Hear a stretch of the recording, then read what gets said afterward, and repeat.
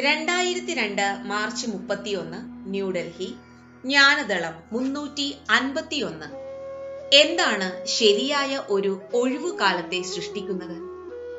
വിശ്രമവും സന്തോഷവുമാണ് ഒഴിവുകാലത്തെ ശരിക്കും സൃഷ്ടിക്കുന്നത്.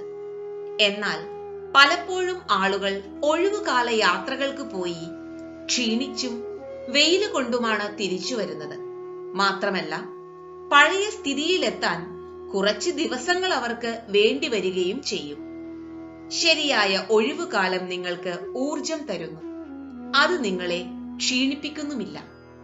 ജ്ഞാനത്തെ പോലെ നിങ്ങൾക്ക് ഊർജം തരുന്ന മറ്റൊന്നുമില്ല എന്ന് ഓർമ്മിക്കൂ.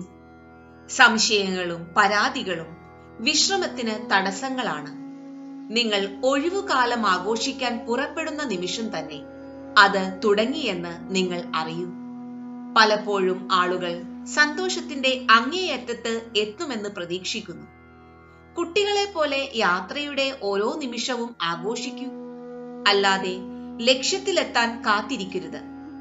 നിങ്ങൾക്ക് ഒരു സ്ഥലത്ത് സന്തോഷിച്ചിരിക്കാൻ പറ്റുകയില്ലെങ്കിൽ വേറൊരു സ്ഥലത്ത് സന്തോഷിച്ചിരിക്കാൻ പറ്റുകയില്ല. ഒരു വള്ളം തുഴയാൻ നിങ്ങൾക്ക് അറിഞ്ഞുകൂടാ എങ്കിൽ മറ്റൊരു വള്ളവും തുഴയാൻ നിങ്ങൾക്ക് അറിയുകയില്ല.